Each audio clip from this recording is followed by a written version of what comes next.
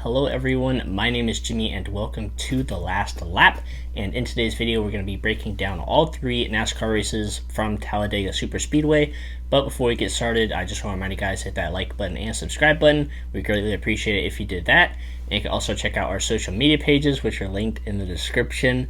But let's go ahead and get right into the episode.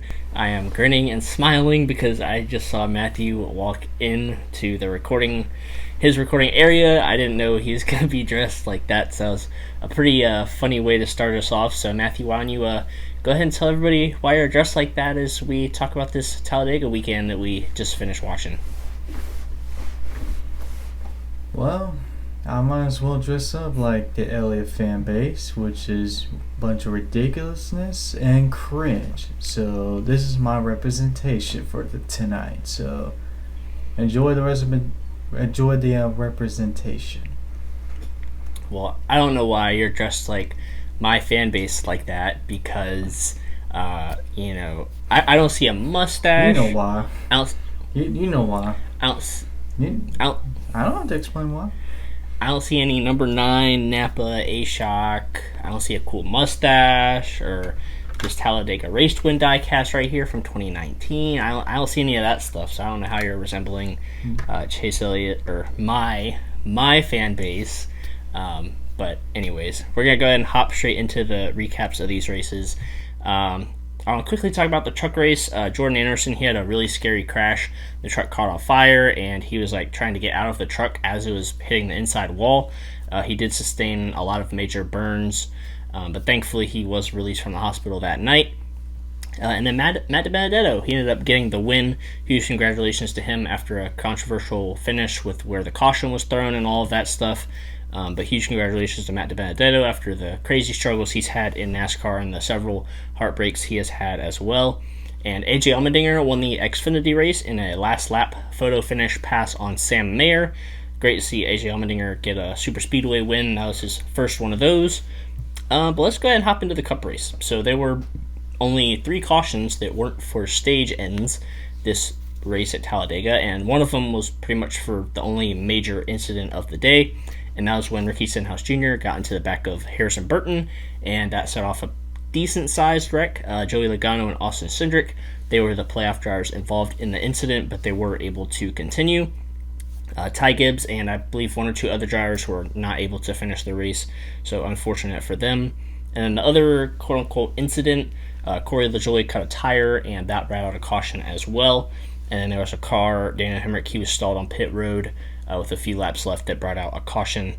But as for the stages, Ryan Blaney won the first one, Chase Elliott won the second one, and then a few drivers, they had some speeding penalties. Christopher Bell, he spun coming to pit road, and then he was speeding as well while he was spinning, so he had to get sent to the back. And then Kevin Harvick and Brad Keselowski, they had speeding penalties late in the race as well. And it was very interesting how the super speedway racing was working at Talladega. It was the bottom lane and the middle lane, and both were pretty equal at times. One could be a little further back from the other, and then it would just get a really big push, and then they'd be side by side once again. So Ross Chastain and Ryan Blaney, they were working pretty well together in that middle lane until the caution came out with 6 laps to go, and that was when Daniel Hemrick was stalled on pit road. And I do believe that was the correct call, because if they wrecked coming through the tri-oval, he could have been involved in that wreck and everything. He was in a very vulnerable position. But that left a 2-lap shootout with drivers like Ryan Blaney, Eric Jones, Mike McDowell, Ross Chastain, Chase Elliott, Denny Hamlin. Chase Elliott restarted 5th. He jumped up to the outside lane as soon as he cleared and got a really good push from Eric Jones. And on the final lap, it was a battle side-by-side with Chase Elliott and Ryan Blaney. And coming off of turn 4, Chase Elliott cleared the whole pack, and Ryan Blaney got a pretty big run and tried to swoop up to the outside at the last second, but it was Chase Elliott, in fact, getting the win by about a car length. So let me quickly go over the results in the playoff grid, and then I'll go over my post-race thoughts. So we got some playoff drivers, Chase Elliott, Ryan Blaney finishing 1-2. And then we got Michael McDowell sandwiched in there between 2 more playoff drivers. Great run for Michael McDowell. I think it was his 10th top 10 or 5th. I don't know. He's had a lot of top 10s this year, so really good momentum for him. Eric Eric Jones, another non-playoff driver. Todd Gilliland, how about him? The rookie finishing 7th. Great run for him. And then 2 drivers finishing out the top 10, Austin Cindric and Chase Briscoe, that really needed a good points day today. And then the other playoff drivers, William Byron, Christopher Bell, Kyle Larson, Joey Logano, 27th. I was not expecting that at all today. No stage points for him either. But yeah, he kind of stuck with the mindset of I'm going to hang out in the back today, and there weren't really any crashes, so he could work his way up through the field. But yeah, Joey Logano, 27th. And as we look at the playoff grid, Chase Elliott was the first playoff driver to win, so he advances to the round of 8. And then drivers like Ryan Blaney, Ross Chastain, they look pretty good in points. And then Hamlin, Logano, Larson, they look pretty good as well. Daniel Suarez is in 7th, plus 12. And we got a tie for the final playoff spot between Chase Briscoe and Austin Cindric. And the drivers below the cut line, William Byron, who, still has that penalty appeal yet to be heard. And then Christopher Bell, Alex Bowman, both looking like must-win situations for them. So quickly, my thoughts about this race. Matthew brought to my attention that there were a lot of people on social media complaining that it wasn't a good race because there weren't any crashes, but I beg to differ because there were, I believe, 50-something lead changes in this race, which is very good for a superspeedway race. And superspeedway racing does not need to have wrecks to be good. I would rather have, 30 cars battling for the win at the end that are, all put together than 7 cars left over like Daytona, where it was Austin Dillon. Basically, it was his race to lose at that point. So I'd much rather have a lot of cars left at the end and a lot of momentum and pushing and all of that than just a few cars left in the field. And Hendrick Motorsports, they have their appeal to be heard this week. I do not think they will win the appeal, but at the most, I think they might get a few points taken back, but I highly doubt that. And Alex Bowman could be back for the Roval. I hope so, just so he could at least have somewhat of a chance to win and advance to the next round. And who makes it and who doesn't, I believe the drivers below the cut line right now will not move on. Or, no, actually, I think Austin Cindric will get in and Chase Briscoe will be out. Everybody else, I think, will stay in the round and move on to the round of 8. So those are my quick thoughts about this race.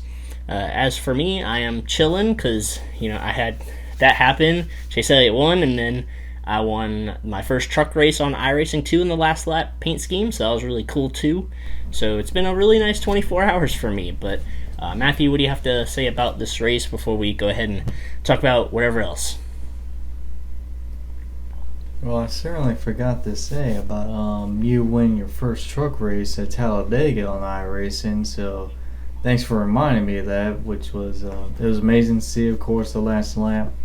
Toyota Tundra in victory lane there, and hopefully I can do the same myself sometime soon, but it all depends on luck, basically, on super speedways. But anyways,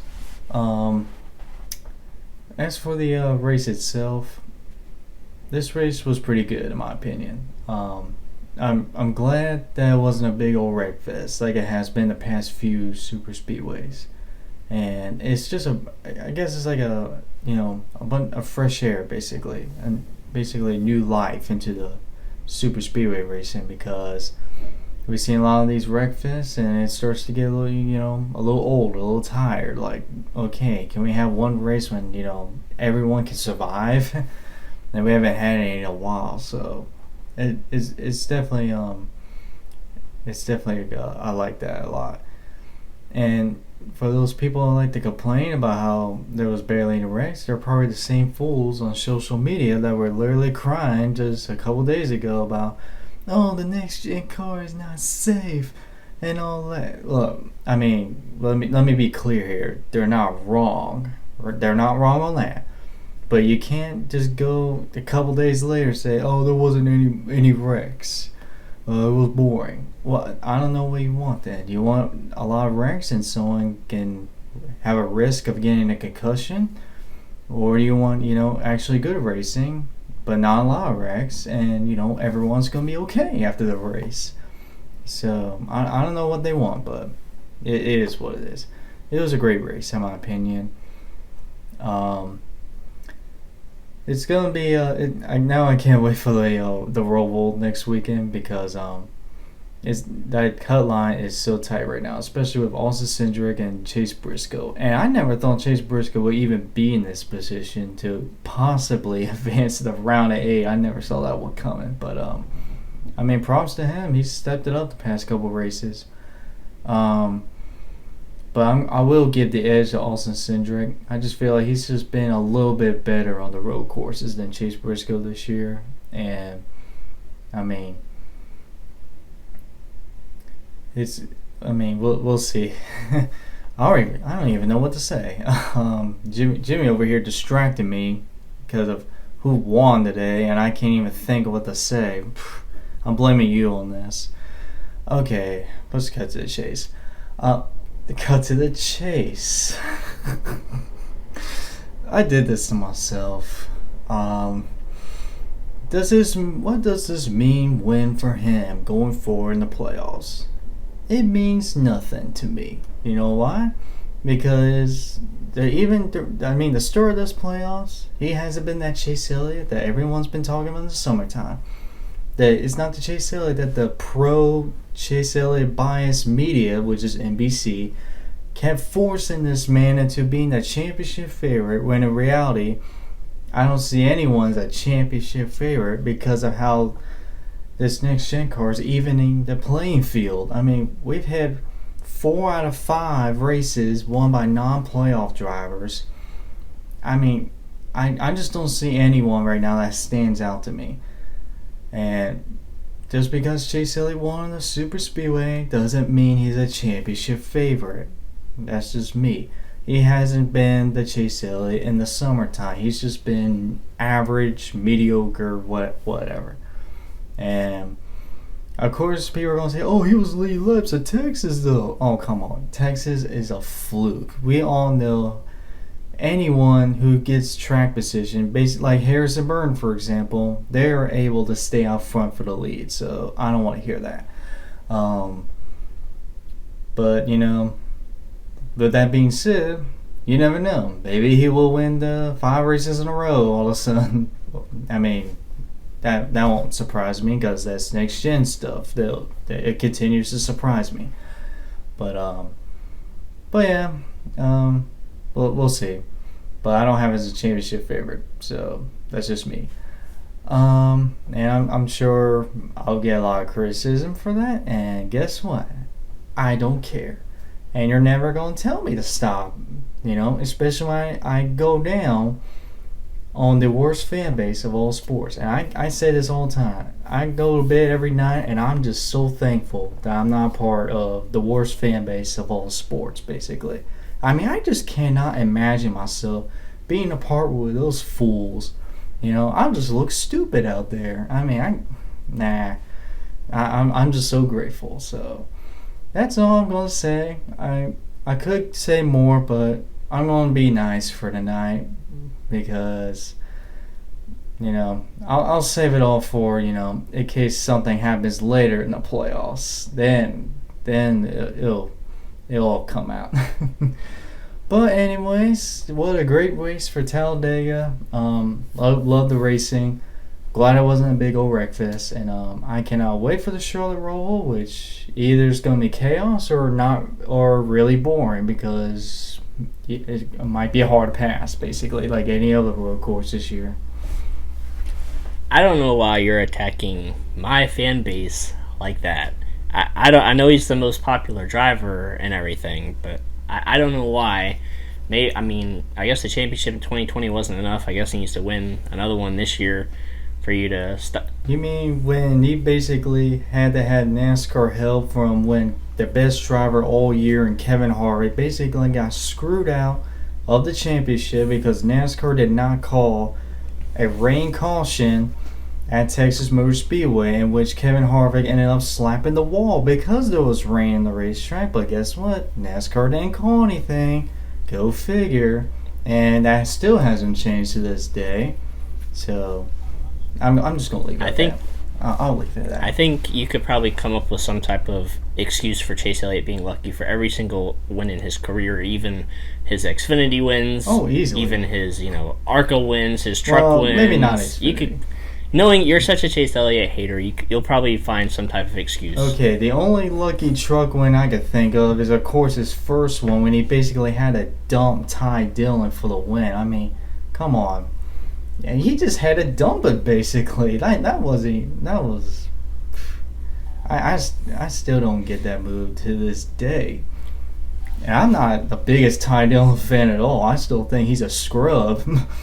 I don't even really know how we got off track on this, but, what are you wearing on your head there? I think you're wearing a cap on your head, and, I think you're capping right now with everything you're saying about Chase not having the momentum and everything. Yeah, sure, he may not have had the best cars in the playoffs so far, but you have to think about the... Okay, if Michael McDowell won Talladega, do you think he would become basically top 5 contender every race then? Come on. That's Come on, different. He's not in a powerhouse team like Hendrick Motorsports is. Like, just one win, one good run could flip a switch just like that. Like how he went off over the summer. Like, he didn't really have much momentum, and then boom, he wins. I think it was Nashville first, and then boom, he wins Atlanta and all that. So. When NASCAR didn't call a caution for when Brad Keselowski was basically stopped on the racetrack. No caution? Are you kidding me? There's another one. Really? That's 2 or 3 so far. We're not even gonna bring up the one that doesn't even count in my book, when Denny Hamlin basically won Pocono. We're not even gonna get to that one. Yeah.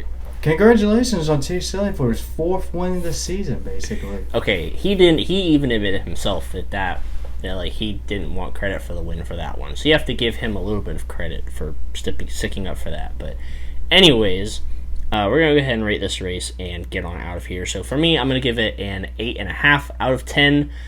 The only reason I'm not giving it like a 9.5 or a 10 is because there wasn't that big wreck, and I'm not saying like I want or needed a big wreck for this race to be perfect, because the racing, I think it was as good as it could have been for them not crashing, if that makes any kind of sense. They were side by side pretty much the whole race.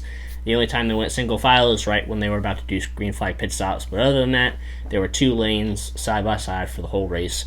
So I was very happy with it. A good finish as well. So I'm going to give it 8.5 out of 10. So Matthew, what are you going to rate this race before we get out of here? I'll give this race a 9 out of 10 for me. I just love the fact that it wasn't a big old wreck fest. And I loved how most of the time it was basically 2 wide, almost 3 wide, side-by-side racing the whole time. I was on the edge of my seat the whole time. It was a lot of fun. 9 out of 10. Alright, so we're also going to update our fantasy points real quick. And you ended up beating me by 4 points this week, which we both didn't do too well, because like a good week for us is in the 200s. And you got 151, I got 147, so you beat me by 4 points.